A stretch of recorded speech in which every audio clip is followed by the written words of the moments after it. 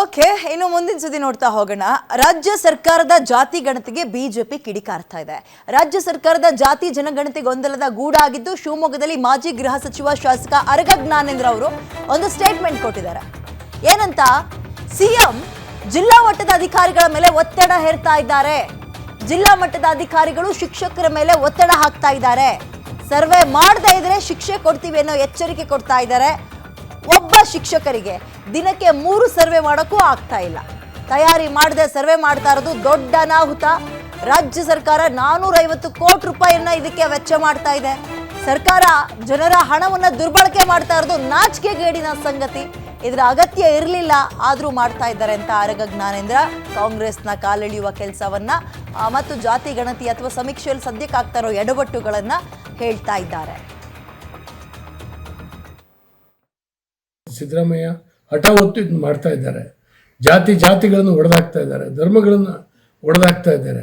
ಜನರ ಮನಸ್ಸಲ್ಲಿ ಇವರು ಹೇಳೋದು ಸೆಕ್ಯುಲರಿಸಮ್, ಇವರು ಮಾಡೋದು ಜಾತಿ ಉಪಜಾತಿಗಳನ್ನು ನಿರ್ಮಾಣ ಮಾಡಲಿಕ್ಕೆ ಹೊರಟಿದ್ದಾರೆ.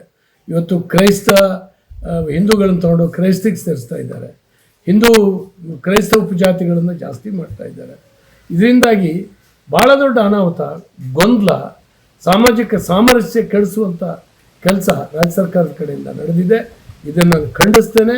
ಪೂರ್ವ ತಯಾರಿಯನ್ನು ಏನೂ ಮಾಡ್ಕೊಳ್ಳದೇನೆ ಇದನ್ನು ಮಾಡಿರ್ತಕ್ಕಂಥದ್ದು, ಇದನ್ನ ಆದೇಶ ಕೊಟ್ಟಿರ್ತಕ್ಕಂಥದ್ದು ಭಾಳ ತಪ್ಪಾಗಿದೆ.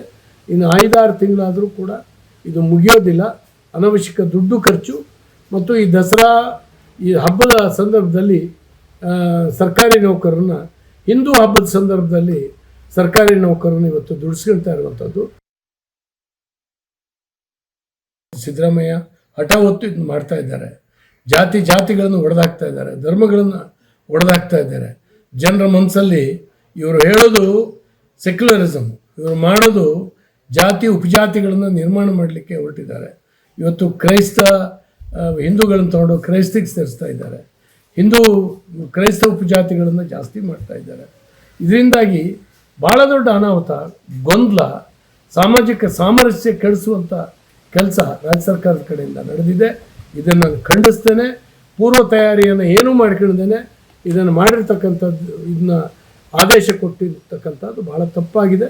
ಇನ್ನು 5-6 ತಿಂಗಳಾದರೂ ಕೂಡ ಇದು ಮುಗಿಯೋದಿಲ್ಲ. ಅನವಶ್ಯಕ ದುಡ್ಡು ಖರ್ಚು ಮತ್ತು ಈ ದಸರಾ ಈ ಹಬ್ಬದ